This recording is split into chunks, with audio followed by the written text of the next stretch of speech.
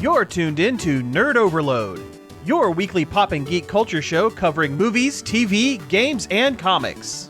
Sponsored in part by Dark Iron Cosplay Designs. Now your hosts, Cody Pinnick, Sam Dunham, and Josh Harrison. Nerd Overload will not be broadcast tonight and instead will be replaced with 3 hours of increasingly intense banjo music. April Fools. No, this is Nerd Overload, the pop and geek culture show.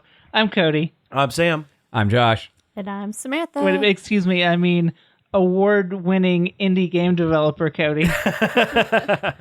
All right, so we have a great show for you this week, a bunch of news to go over, but first let's talk about some things we've been checking out. Check it out! Better.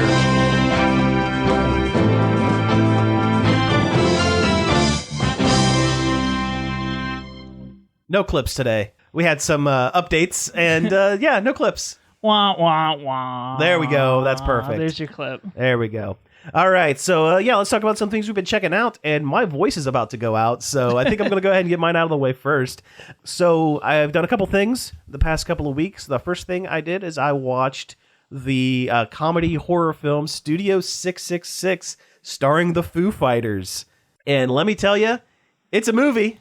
It looked fun. It was fun enough. I mean, at the end of the day, you just kind of have to remember these guys aren't actors. Some of the band members are a little bit better at kind of playing heightened versions of themselves than others. Dave Grohl is actually pretty great. I mean, Dave Grohl, even though he's not an actor, he's an entertainer. He is, yeah. And, it's basically the plot of the film is the Foo Fighters go into this old mansion to record their newest album, which is actually a true thing. They actually recorded an album in the place that they filmed the movie in. And while there, Dave gets possessed by a ghost and kind of one by one goes through and takes out the other members of the band. There's really not much else to it other than that. It's, boy, they put some money into it.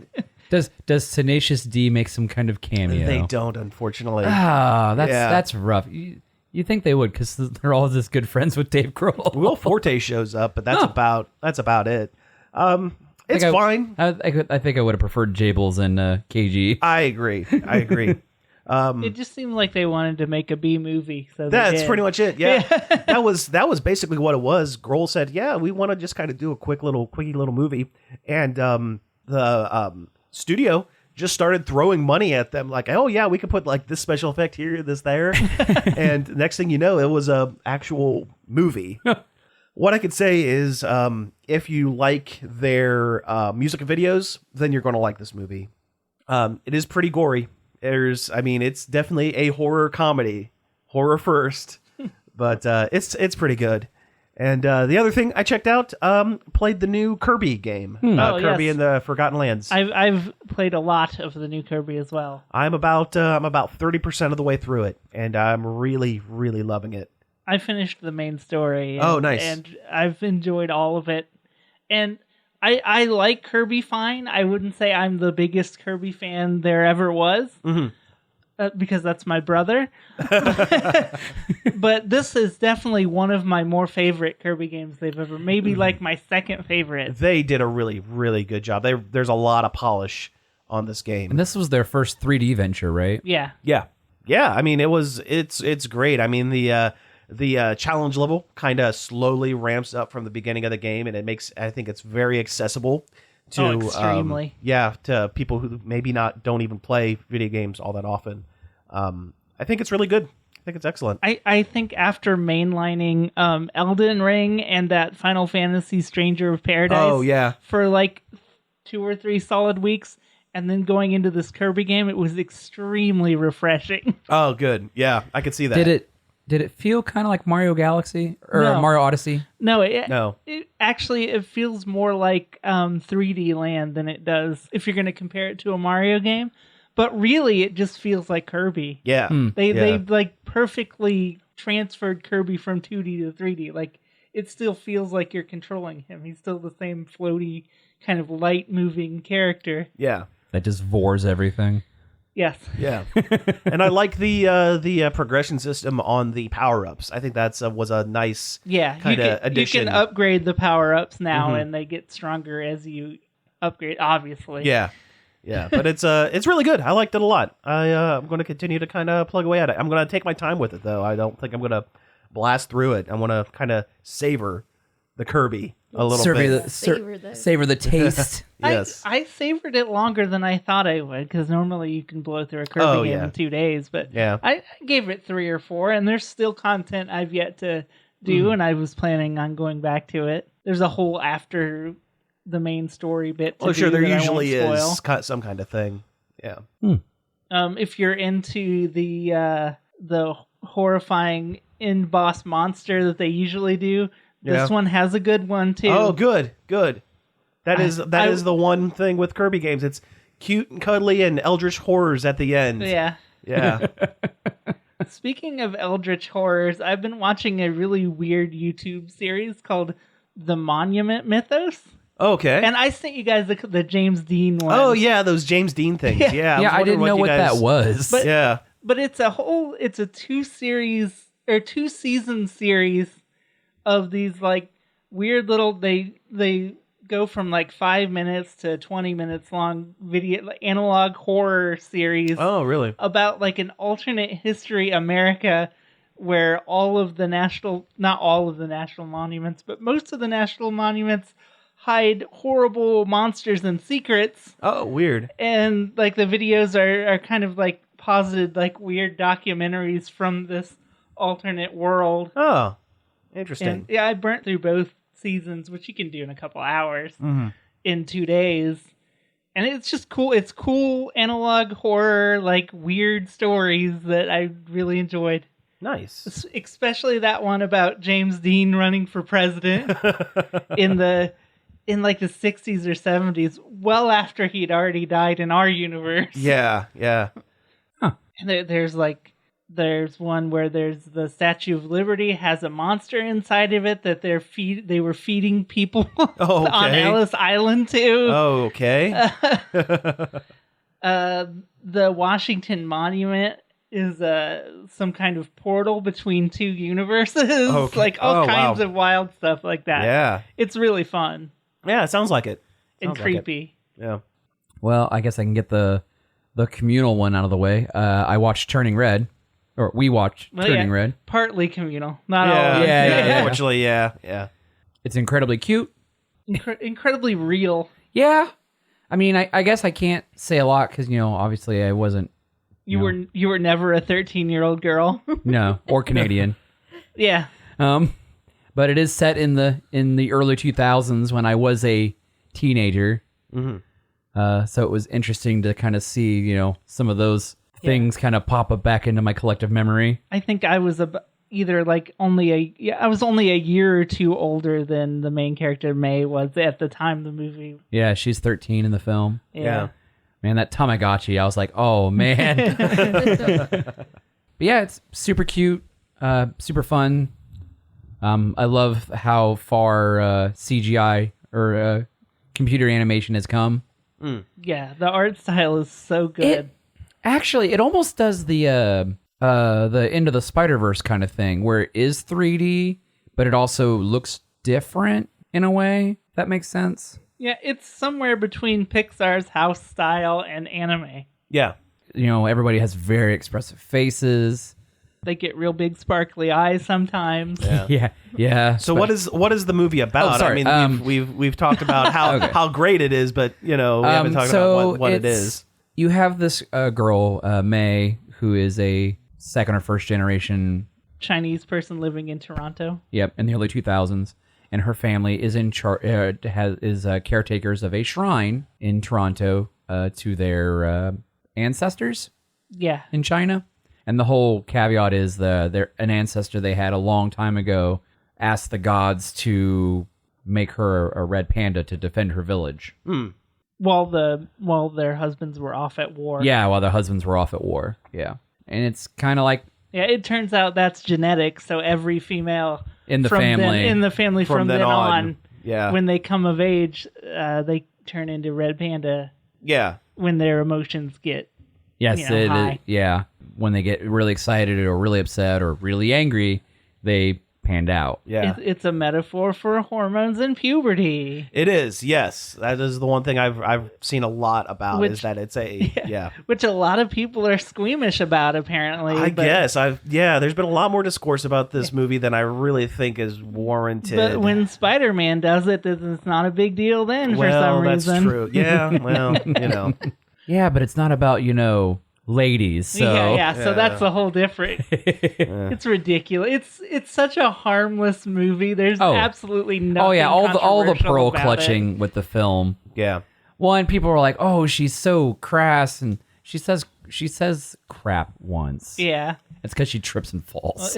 And she draws art, suggestive art, and it's like a boy without a shirt on. It's like, yeah, I think every 13-year-old girl probably drew a boy without a shirt on once in their life, or at least fawned over. Yeah, thought about a boy without a shirt on. That's another big thing. Is like there's a boy band that everyone's obsessed with in the movie. He was like an amalgam of like all the popular boy bands from that time. Yeah. Kind of funny. And that's what girls did in the 2000s. Yeah. I was there. I have a sister who's like 2 years younger than me. So like I lived it vicariously through her. But no, it's a good movie. It's cute. It's visually interesting. There's a lot of diversity in the film. And that's good. Yeah. That's cool. Like you see people from all walks of life in the film. There's a girl with a diabetic patch on her arm. There's the security guard at the school who is, I think he's Sikh. Yeah, I think so. Because it takes place in a city that's going to be diverse, and it's cool. Yeah, and they actually had ethnic voice actors voicing their characters. James Hung's in it as an old Chinese shaman guy, and that's great. James Hong is great. Oh yeah, I love him. Yeah, you could pick his voice out of a crowd. I thought the dad was a really good character. Oh yeah, he was super sweet, and I felt kind of bad for him at one point in the movie when like May's trying to go out and she goes, "Here, you just stay here, Mom. Because stay here, Mom. Hang out with Dad." And he's like, "Oh," and her mom's like, "No, I'm coming with you." And he's like, "Oh." You could tell he was just a real steamrolled dude. By his overbearing wife, but he still like cared about everybody and was a sweet man. But yeah, it's a very good film. I recommend anybody watch it. The other thing I checked out is I finally watched that 3D Lupin the Third movie.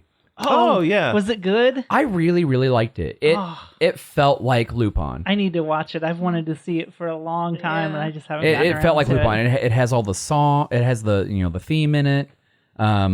It has the English. I watched it in dubbed, so it has like the dubbed cast we're used to. I love the dubbed cast for Lupin. They even do for the dubbing. They do. I don't know if they did it on purpose or they did it for the for the feel of the show, but they do that bad early anime dubbing thing where they try to match English words with the way their mouths move. Oh, nice. So there's weird pacing in how they talk, especially like with Zenigata when he's yelling Lupin. Do they say crap a lot? I think Lupin might have. Because they always used to say crap a lot in the Adult Swim dub of it. I don't know why, but it was funny to me. I was like, crap, Lupin. And this movie is set like a decade or two like after World War II. That's about Lupin's always like eternally the 60s or the 70s. Yeah. Yeah, I think it may be the 60s or maybe the late 50s because there is a lot of in this movie anyway. There are people still trying to carry on, the desires of Germany from World War II. It was very good. Like the way they make Lupin move and talk, it felt like it felt like watching a Lupin episode. The Lupin formula is so timeless. You could do it during any time period. That's true. That's true. He's a gentleman thief. He steals priceless treasures with his group of thieves. And then Fujiko, who's part of the group but not part of the group. Yeah, she's the wild card. She could be on either side. You never know. No, she's always on her side. That's true. That's it. Yeah, she's always on her side. Once you've watched it a couple times and you get how the characters are, like you're gonna fall in love with all of them. Mm-hmm. Jigen's always been my favorite, though. Jigen and Goemon are they're in the movie, but they're not in the movie a lot. Oh. Mostly like they're kind of there in the beginning, and there's like just a whole bunch of Lupin doing stuff in the middle, and then they're really big in the end and the last third of the film, but mostly because like Lupin was like, or they were talking, whatever Lupin's going after, it's like not that big of a score, and they're like, But then it turns out like, there was this whole thing that has to do with like Lupin's grandfather or great grandfather Lupin the First, and this, that, and the other, and I just need to watch it. It's a good film. Suck it up and watch this movie. It's a really good film. I liked it a lot. Oh, and I watched we watched Human Resources on Netflix, the Big Mouth spinoff. Big Mouth spinoff. Oh, okay. Just as weird and gross, but it's even more so because it's all just the weird monsters that live in the other dimension. We didn't need a Big Mouth. There's already too much Big Mouth. I wish that Netflix would pay for adult animated shows that had a little more going on. Other than just a lot of really gross humor. Yeah. Yeah. Like Paradise PD. Big Mouth. Or that basketball one. I don't know it's that one. called like Hoops or something. I don't know, it just looks like Family Guy. Or Chicago Party Aunt. Oh, yeah. I remember seeing ads for like Chicago Party. I talked about it once as one of my Yeah. checkouts. Yeah, right. They have like a new Family Guy looking adult animated comedy come out like every 6 months. Just about, yeah. I mean, I really did like BoJack. Oh, BoJack is great. BoJack had more going on under the surface. That's true. That's true. It is definitely a deeper series than a lot of stuff. Oh, should we talk about the Silly Pirate Show with Reese Darby? I guess. Oh, Our Flag Means Death? Yes. I've been wanting to watch that. We've been watching it. We're like 3 or 4 episodes in at this point. It's a delight. Oh, yeah. Reese Darby plays a fancy lad who decides he wants to become a pirate, so he buys a fancy pirate ship and a crew and tries to be a pirate, even though he's just kind of like a doofus. Okay. And knows nothing about sailing or piracy or anything like that. Exactly. Well, I mean, it's based off a real guy. Yeah, Steed Bonnet. Yeah. I mean, I'm not sure how much of the show is actual historical truth, but I mean, at the very least, the character himself did exist. Like the overarching plot might be, but there's a lot of anachronisms in it and stuff, and it's funny. Taika Waititi play Blackbeard? Yes.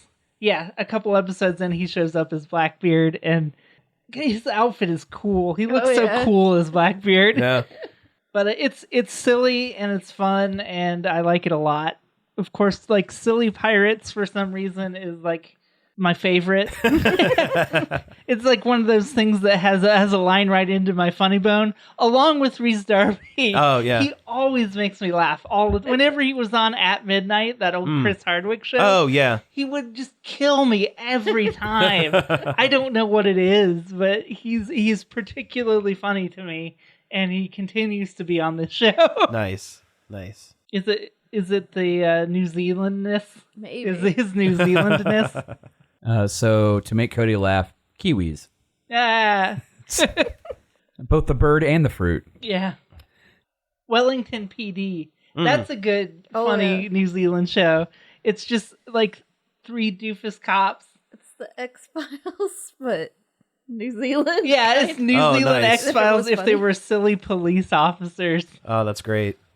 That's on HBO Max. I would highly recommend it.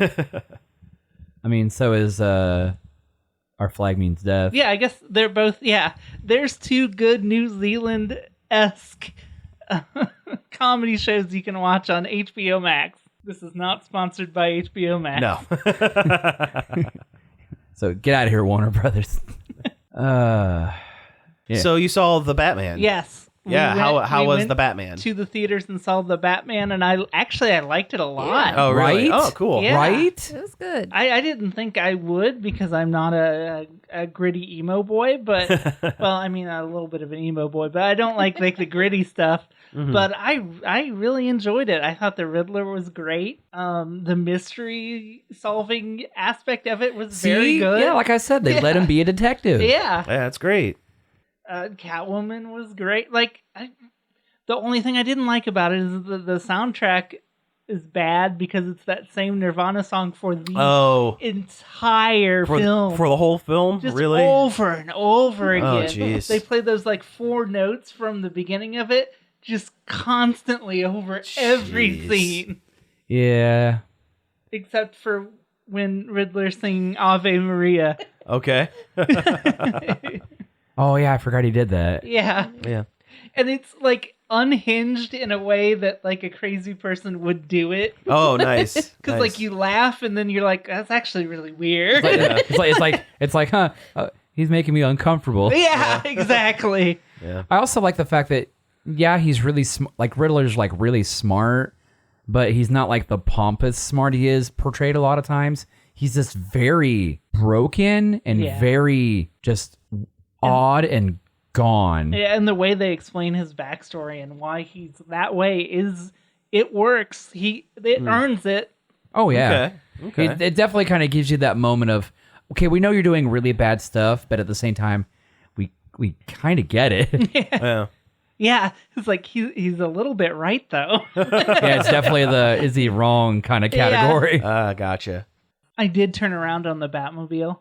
Oh, you did? Yeah, Oh, I know. cool. I know. Yeah. I said that it looked like a divorced dad's Camaro. Yeah. And I mean, it still kind of does, but like, it was pretty cool in the movie. That chase scene is so really good. The car chase was chef's kiss. Like, Just the way it was shot, the sound, that whole shot where like everything's upside down from Penguin's perspective.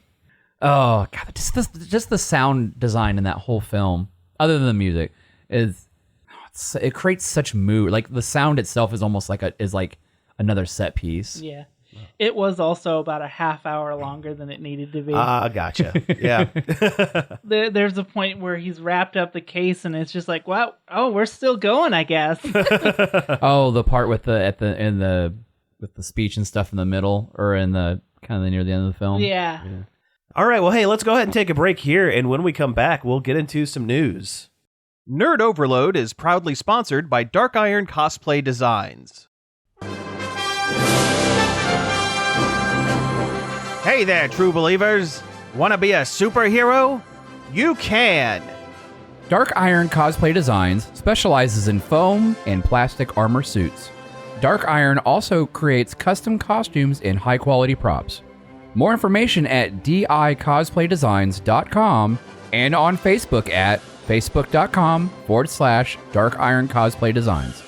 Dark Iron Cosplay Designs in the Marion Center Mall. Hey everyone, this is Sam here, and we're here with Ro. He is the marketing director for the Indiana Comic Convention. It's coming up here in a couple of weeks. Ro, nice to talk to you. How you doing? That's right. Thanks so much for having me on, Sam. I'm doing great. You know what? It's show month, and we are ready with some big news. It is. It's coming up here in the next, couple of weeks? April 14th, 16th, is that correct? April 15th through the 17th. 15th through 17th. I was close. All right. All right. So for folks, we're we're Central Ohio. So for the folks who might be traveling over to the convention, why don't we give kind of the elevator pitch for the convention? Okay, awesome. It is 3 of the most awesomest days you can have at a comic convention. In fact, you know what? Our friends over at United have even hooked us up with a special discount code. So if you are coming from the neighboring states and want to go ahead and pay a visit while still saving, you can head over to our social media platforms and get that code and save on your travel. But, we have celebrity guests from all different types of fandoms included with your ticket. We have a lot of free programming for those 3 days. And not only that, since it is Easter weekend, we have one of the biggest Easter egg hunts in all of Indianapolis. So you can't miss out. Oh, that's fantastic. That's fantastic. So before we start talking about some of the celebrity guests and some of the great things that you can do at the con, I actually have a question about running conventions. I've been to plenty of conventions. I've tabled at a couple of conventions, but I've never been kind of behind the scenes of running a comic convention. What kind of work goes into doing that sort of thing? A lot of prayer. A lot of finger crossing. Sam, you probably know what's happening and going on. These events are so amazing, but all the logistics that goes behind it, all the fluidity, and scheduling and everything like that. We are just so blessed and fortunate to have an amazing staff, an amazing team that is great with programming, great with the celebrity guests, transportation, marketing. My team is phenomenal. All the graphics that you see, the commercials that are being put out there, it's just amazing. Ownership really does an awesome job giving us autonomy to let us do, our job to the best of our abilities. Our vendors are taken care of. We have an amazing vendor director. And also, one of the best things that I look forward to is also the event staff. We call them heroes at the convention, right? Mm-hmm. And the director that's over them, he does an incredible job keeping them together like a community. So when you do decide to go and sign up to be event staff for us, you get put into this group of people that ends up being new friends, and you get to go ahead and help other people make some amazing memories at the convention. And it's an awesome time, Sam. It's a really, really cool thing to be in the eye of the storm and seeing everybody go ahead and enjoy the fruits of your labor. Oh, wow. Well, that's fantastic. That's excellent.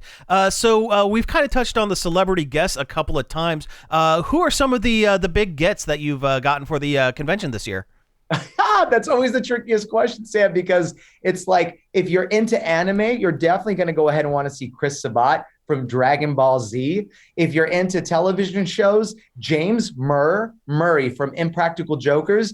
I mean, he blows it out of the water. First of all, his show is super amazing and funny and just ridiculously awesome. But also, he's so good at the interaction he has with the community and his fans. From The Walking Dead, we have Ross Marquand. We also have another voice actress who's amazing, Tara Strong. She's from Powerpuff Girls. She's from Batman Arkham, My Little Pony, Rugrats. We also have Jesse Usher from The Boys. The list goes on, and especially for those Power Ranger fans, Jason David Frank from Star Wars Attack of the Clone Wars. Got to get it right. Daniel Logan. He played Boba Fett, as a child. And so just an amazing role. And I can't leave out our Star Trek fans. We have Gates McFadden, we have Brent Spiner, and then we also have Q himself, John Delancey. He's going to be joining us. Wow! All right, yeah, he's a busy guy with the Star Trek Picard season 2 going on right now, right? Since he's on it, he's like a major portion of it. So it's great that you're able to get him. That's fantastic. Brother, you know your stuff, because that is why we feel so fortunate having him, because he's working on Picard right now. And, like, they're doing their new seasons, they're doing their new episodes and stuff. And, he's going to be there. And there's a chance for people in the community to go ahead and meet some of their favorite celebrities, get autographs with them, get pictures with them. And they're still available, Sam. Can you believe it? That's fantastic. See, I was kind of going through your website here the other day, and what I really like about your con is that you guys are very comic book focused as well. You definitely have a lot of creators, artists, writers from the books as well that are going to be there. I think that's really cool. I think that's something that is sorely lacking from other conventions. So yes, what are some of the comic side of the spectrum can we expect at the convention? I love that you went ahead and brought that up. Some of the names, especially that we've gone ahead and dropped today, I'm going to give you the inside scoop. James Martin has officially confirmed, and he's going to be coming to our event. We also have Joe Coroni. Mm-hmm. We also have Tim Jacobs. We also have Dylan Bonner. I mean, the full list is on our website, but it's the people of Indiana and also our event staff. They have that the comic centric theme in mind, right? And we want to make sure we do right with our community. So they can look up all the names on the website. There's so many, and they have such big resumes. I mean, I do a disservice trying to remember all of it. That's excellent. Hey, one other thing that I had a question about. You mentioned the Easter egg hunt earlier on in the interview, but on your website there were some things called experiences. I imagine these are things that are available outside of just the meet and greets and the vendors tables and that sort of thing. What can you tell me about these experiences?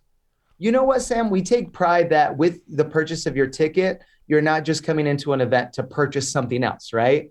I mean, we have local and national vendors, so you're definitely going to want to go ahead and stock up on merchandise.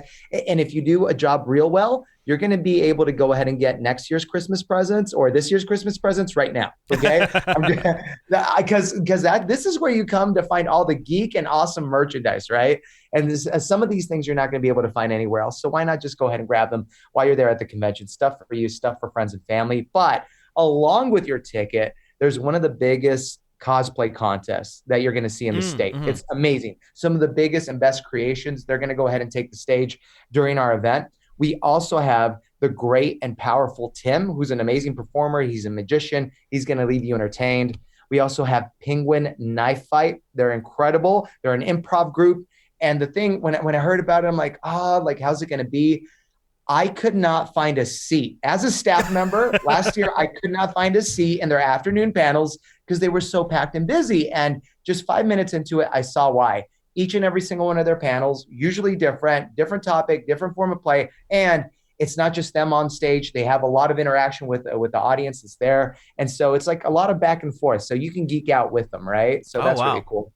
Well, for this year's event, yeah, we also have a VR Game Pass. Now, I got to double check. That one might be a little bit, there might be an extra charge for that. But if you want to come, you want to play with VR, if you haven't tried it, I barely went ahead and touched an Oculus like a couple weeks ago. I'm in love. You can come down. You don't have to pay the 400 something bucks to play with it. Come down, check out these games and stuff. It's going to be super fun. And I mean, Sam, you touched base on it before. There's all of this and more information on our website. If they head over to indianacomicconvention.com, and they can see all the variety of different things we have to offer at the event. Oh, fantastic. That's great. Well, Ro, thank you very much again for taking a few minutes of your time to kind of talk with us about the convention. Before we let you go, we'll let you go ahead and plug everything. If you want to go ahead and do that, that'd be great. Awesome. Remember, hey, especially if you're traveling into town, on our website, we have that United discount code. We also have partnered up with a lot of different hotels. So make sure you go ahead and check that out, because a lot of those blocked rooms are there specifically for you to come and enjoy the event. Spot Hero is another thing that we're partnering up with. You can go ahead and reserve your parking spots when you come over to the event. Anything and everything on that website, indianacomicconvention.com. And because we want to hook you up, let's make you not just save, because remember, prices go up at the door, so you need to buy early. That's what we would recommend. Skip that purchase line. Go ahead and purchase online. Get your tickets. We're introducing, Sam, if you didn't know it, you're not just going to come general admission. If you want to, you can bump up the experience. You can get a gold ticket, or you can get a VIP ticket. All of these things have different perks. They have different things associated with them. So I mean, they're really, really cool. More information on our website, indianacomicconvention.com. Follow our social media platforms. Sign up for the newsletter. Be the first to know. And yeah, hopefully we see everybody April 15th through the 17th at the Indiana Convention Center. All right. Well, hey, thanks again, Ro, for coming on. Everybody, go check out their website, indianacomicconvention.com. And again, I really appreciate your time. Thank you very much. Sam, you're the best. Hope to see you at the show. Yep. Thank you. Hey, we're back. That was the ad break in the middle of the show that we do. Yeah, that's right. And now we're going to go ahead and get into some news.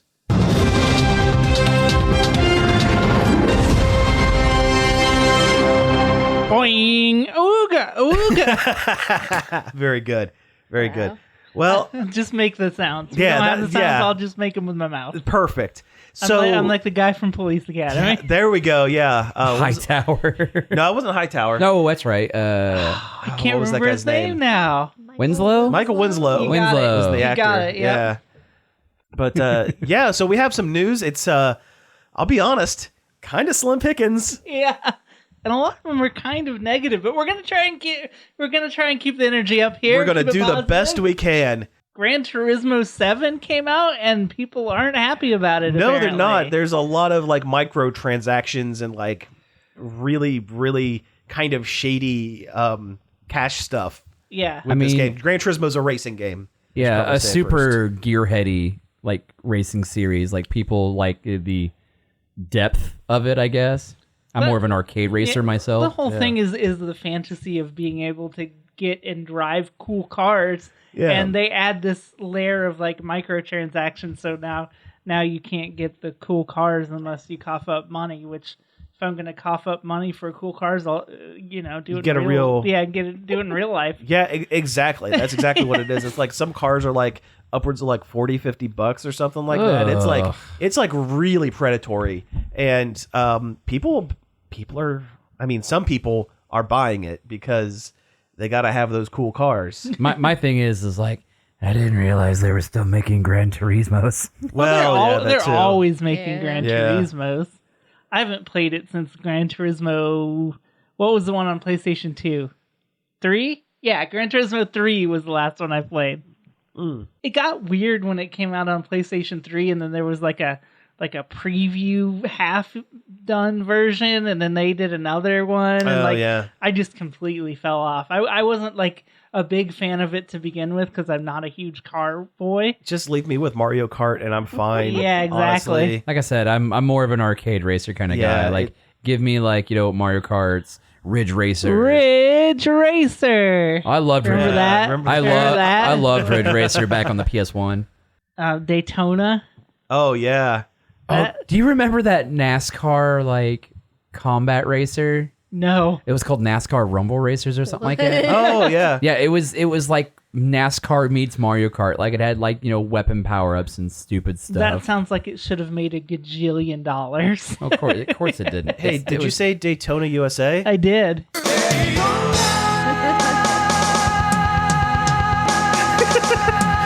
Oh no. Yeah. I found a really long version of the Daytona USA. Isn't it ending? It's a forever Daytona. Let's go away. Let's go away. Yeah. That needs to go on the soundboard when you redo that. Yep, that's right. Oh man. Crazy Taxi. I love It's not really a racing game, but I love Crazy Taxi. Yeah. Yeah. And Simpsons Hit and Run, Oh yeah. which was kind of like Simpsons Crazy Taxi, kind of a little bit. Yeah. Or was that another one? No, that was the other. Hit and Run was Simpsons Grand Theft Auto. Oh, that's what that one was. Yeah. What was the one where you're the taxi? I played a lot of that one. And they got sued by Sega. It was because so close. So close. Yeah. I can't remember what it was I can't called. remember it either. Simpsons Hit and Run is probably the best Simpsons game they ever did. Yeah, it was a really good, classic. So we can go one of two ways with this. We can bounce off of the Ridge Racer and talk about the Ridge Racer. Yeah. So that was a thing from an old E3, and so this year's E3 has been canceled. Yep, it's totally canceled. Like the Space Olympics. Wow. What? Just a rancid old Lonely Island reference. Oh yeah. Wow, that's Yep. But it got canceled, I guess they're saying, for health reasons because of COVID. I don't believe that. No, I don't either. Yeah. So E3 is the big video game conference that they do every year, or used to do every year, as it turns out. The last couple of years have kind of petered out a little bit, and a lot of companies are doing their own thing. Like Nintendo hasn't shown like at a major E3, and they always have a presentation at the same time, but it's never like never part E3. of it. And Sony's been doing the same thing the last couple of years as well. So, and I guess with Microsoft owning Bethesda, they would roll all of Bethesda stuff into no Bethesda show anymore. Yeah, so it's no, this is probably, I think we just hit the nail on the head. We found out exactly why they canceled the thing. Yeah, nobody needs it anymore. No, with the direct market and stuff, and being able to go right to the fans and stuff like that. Yeah, you don't have to wait for a magical time every year. To do this, they can just release games whenever they want. And I don't think it's because COVID, because the rest of the world is at the point where we just pretend that it's not there anymore. Yeah. By the way, to come back to that other game you guys were trying to figure out was Simpsons Road Rage. Road Rage, that's the one. Yeah, I played a lot of that growing up. The other thing we could talk about here is Grand Theft Auto Online. Yes. Yeah. They're adding a monthly subscription fee on top of their Grand Theft Auto Online game, which I wasn't aware that people still played, but I guess they apparently do. A lot of people are still really into it. It's like hardcore roleplay stuff. Like people will hop on and pretend to be like a delivery man or whatever. I've been on Facebook and seen somebody streaming hardcore pretending to be Grand Theft Auto cops. Oh yeah, I've seen that one. A guy I work with is actually working on making his GTA Online character into a realtor. Oh jeez. Oh my gosh. But him and his brother and these other guys they play with got wrapped up into some guy who makes illegal drugs, and they're making illegal drugs out in the middle of nowhere, I guess. But just one more way for Grand Theft Online to bilk their user base for more money. stuff. Yeah. Too bad Red Dead Online sucked. Well, it's like you would think that Rockstar would want to create some good buzz around their company after they totally botched those remasters. You would think, and yet. Yeah, and yet they still do this kind of nonsense where they They just want to get more money out of the same game that they released like nearly a decade ago at this point. Yeah. I mean, it first released on like, I think the 360 and the PlayStation 3. Yeah. And now we're like, 2 generations down. Yeah. And they said they're working on the next one, but supposedly. I haven't seen it. Yeah. It's like Bethesda. Are they going to make a new Elder Scrolls, or is it just going to be Skyrim until now until the end of days? Oh, no. Skyrim will never die. It is going to be on everything. It's already on everything. You can play it on your Alexa device. You can. You can. Well, switching gears from games, we're kind of bouncing back and forth a little bit. We're going to bounce to movies. You guys talked about the Batman before the break, and apparently there was a deleted scene released online featuring the Joker, a really messed up version of the Joker, or proto-Joker, kind of. Yeah. Well, no, it's the Joker. He is the Joker, but according to the director, he's not the Joker yet. Oh, because they say that Batman put him in Arkham about a year ago. Yeah. And it's a very Silence of the Lambs style scene where Batman's going to talk to the Joker about the Riddler and wants his opinion on the Riddler. Yeah. And it was a pretty good scene. Yeah, the banter's pretty good.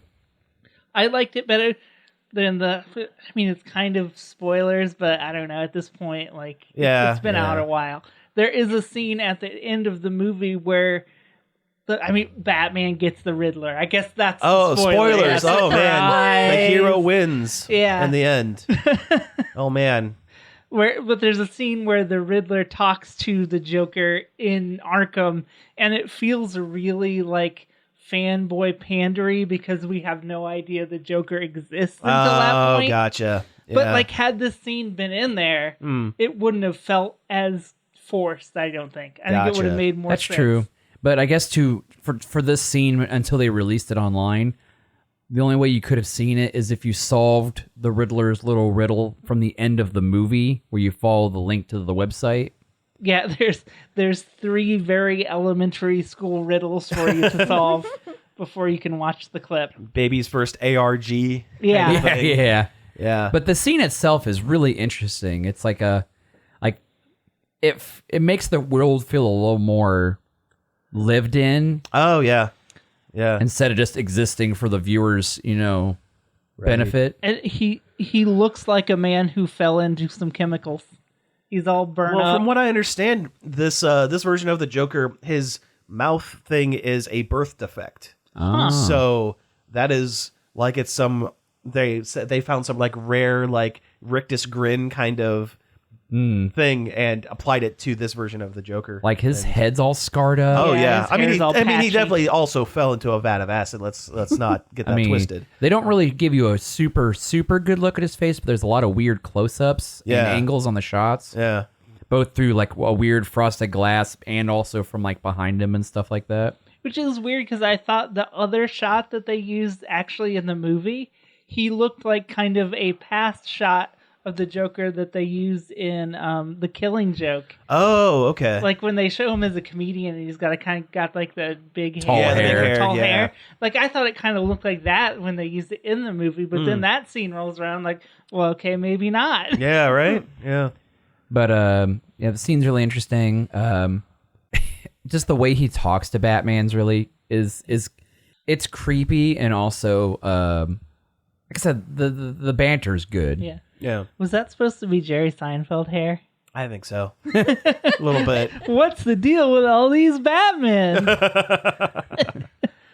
All right, so some other movie TV news. They've delayed Obi-Wan, the TV series, by 2 days. Yeah, by a couple days. Yeah. And they also, to take this thing off, they said that they're going to do 2 episodes at the same time. Oh, that's fine. Yeah, that's always good when your first taste is a little bit more. Oh, for sure. I know the first episode of Boba Fett, I'm can you please just a little more, sir? Just a little more of Boba Fett, please, when the first one came out and they didn't do 2 at once. Yeah. My thing with Boba Fett, it was a solid start, the middle was kind of middle, and then a real solid end. Yeah. But no, Obi-Wan continues to look good. I mean, delaying it by 2 days really doesn't do much. It doesn't do much. It doesn't mean that there were any production issues. There was no special effects issues or anything like that.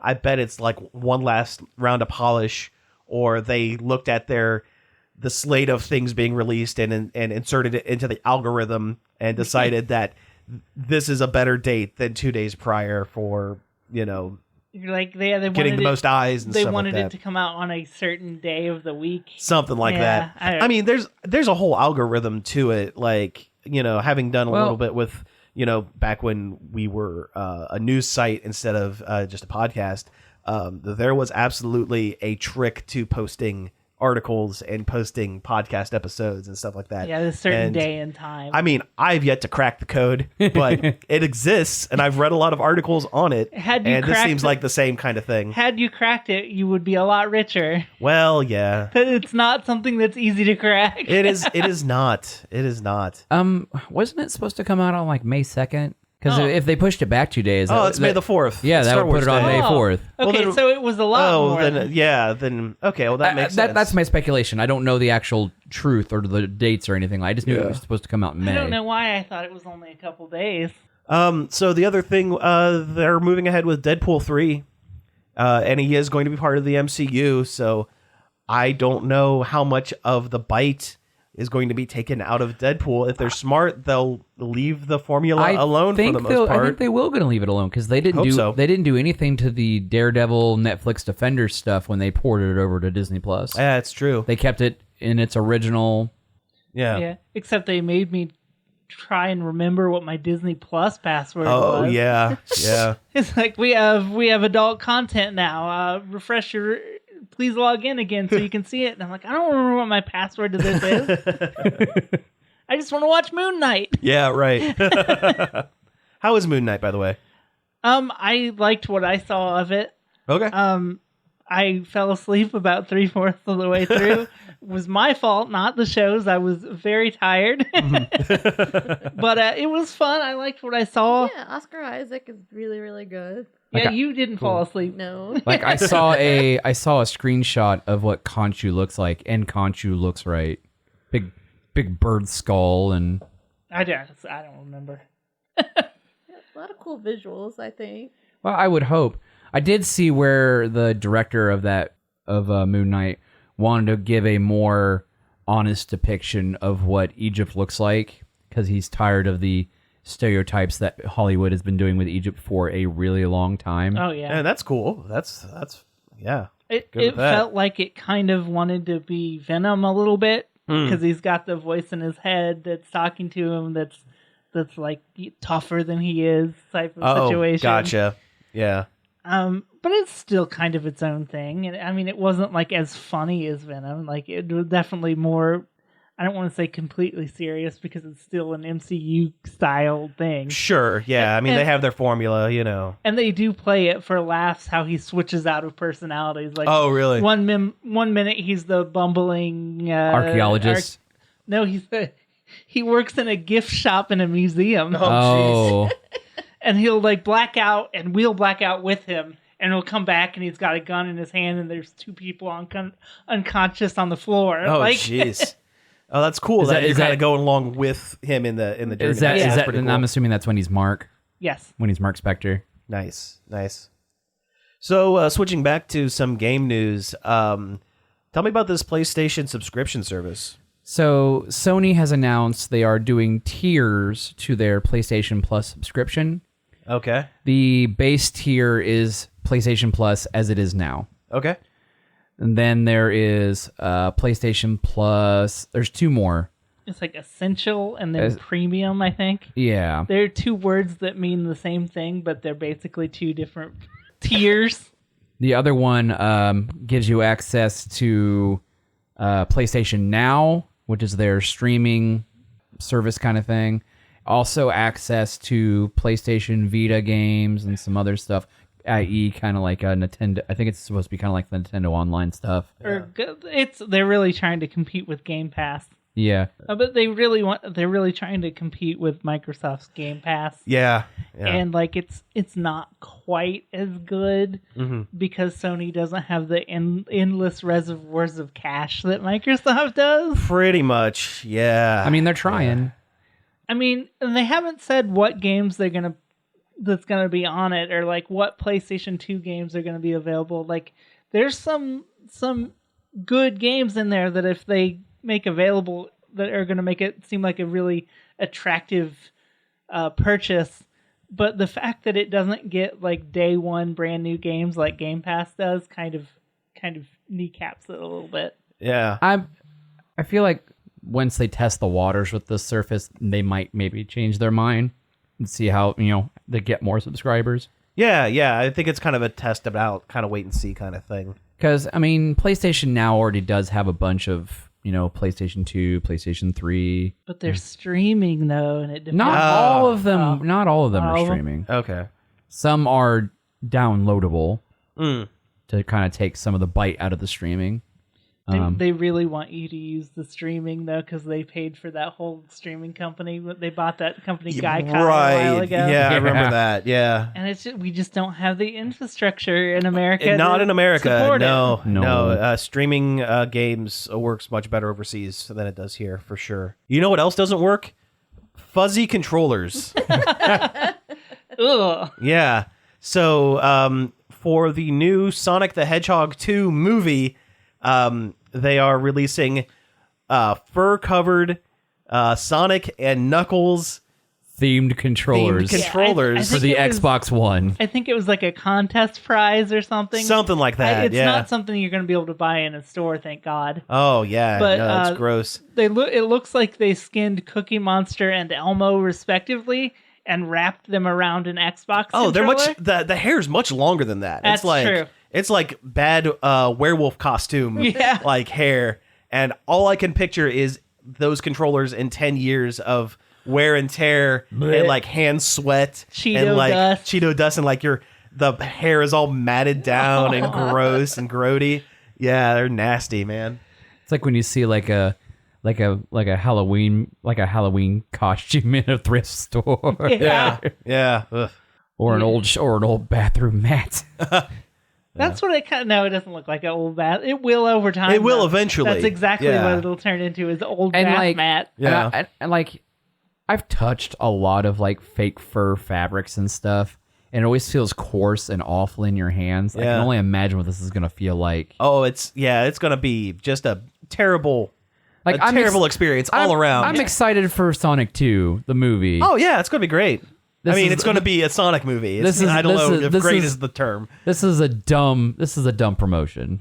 This is a really dumb promotion. It did what they wanted it to, though. Everybody went, "Hey, look at this dumb thing!" And we're much. Talking about it. We're talking about mission accomplished. Yeah, we're talking about Sonic 2 movie again. Like, they did it. Good job, guys. You got us.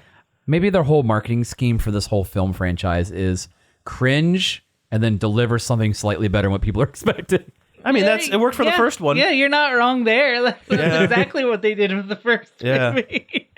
Oh, speaking of which, did you see the interview that Polygon did with Ben Schwartz? They did another one with Patrick, where they taped a tablet to another guy's face, and so they sat across with Ben Schwartz on the tablet and basically telling the guy how to move his arms and stuff like that. And it was 20 minutes of them going back and forth and being mean to each other. It was great. It was very, very good. Sorry, it just reminded me of that Twitch Plays Pokemon or whatever that was. Oh, yeah. This is Ben Schwartz Plays a Man. Pretty much. Yeah. Yeah.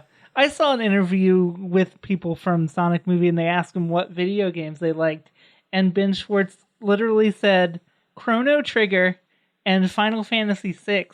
And I was like, darn, there's some good picks there. Good picks, yeah. He might possibly know his stuff. Yeah. Right. Neither of them a Sega game.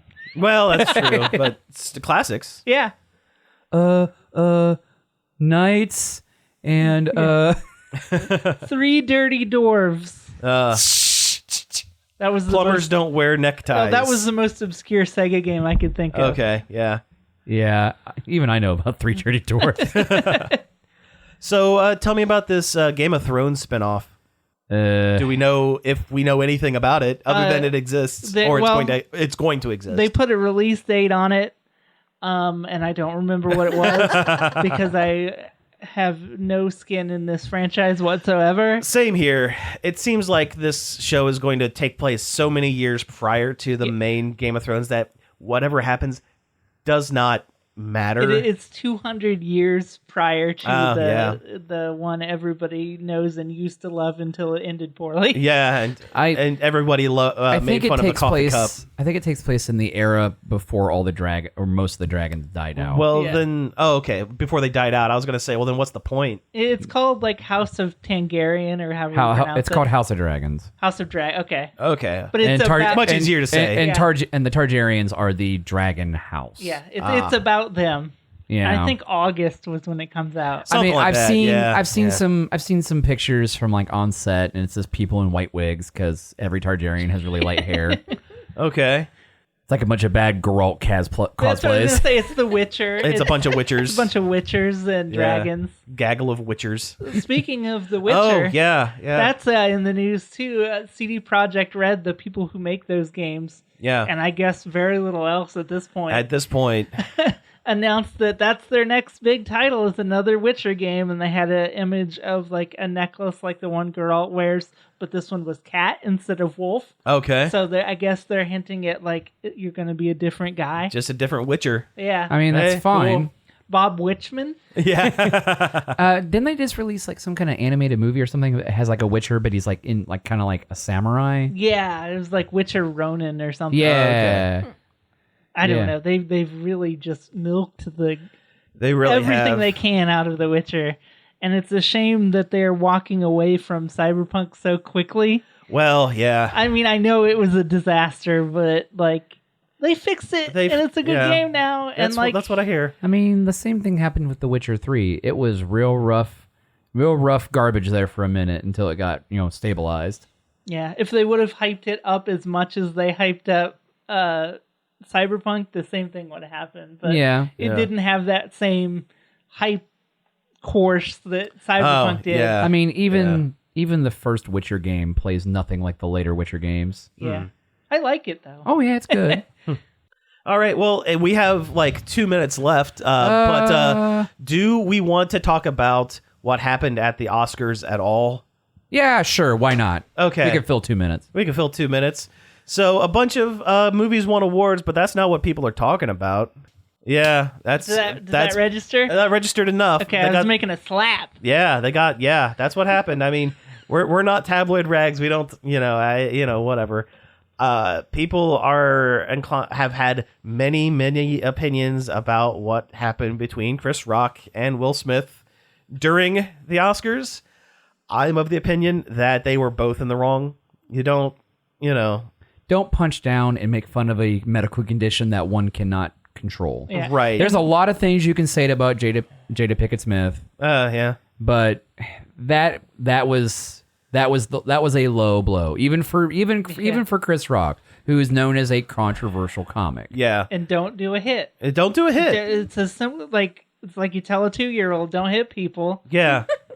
Yeah. But so also I don't want it to take up that much real estate in my head. I don't either. It's and now that we have stopped talking about it, it is no longer a thing. It's just some rich people being ridiculous at their big party to celebrate how cool they think they are. Pretty much, yeah. Oscars at the end of the day, and most award shows.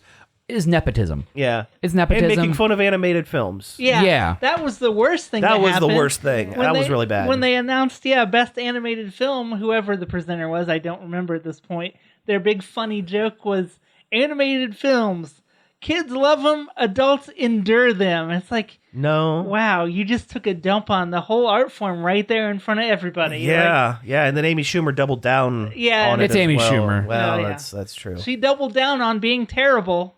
Like usual. Well, yeah. There was a time when she was funny, and then there was a time when suddenly she wasn't She anymore. stopped being funny. Yeah. All right. Well, we've actually hit time, so let's go ahead and wrap things up for the day. You've been listening to Nerd Overload. Thank you very much for tuning in. You can find us each and every day over at nerdoverload.com. You can find us on Facebook, Twitter, Twitch, Instagram, and Patreon at Nerd Overload Now. You can email us at staff@nerdoverload.com. You can call us on the Nerd Overload hotline. That's 586-372-8020. Leave us a message and we might play it on the show. I've missed the yelling. You can also find all of our back episodes on various podcast apps such as Apple Podcasts, Spotify, Stitcher, Google Play, and more.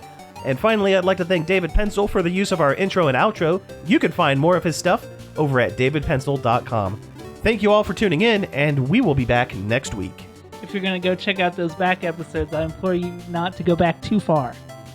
This show was sponsored in part by Dark Iron Cosplay Designs in the Marion Center Mall.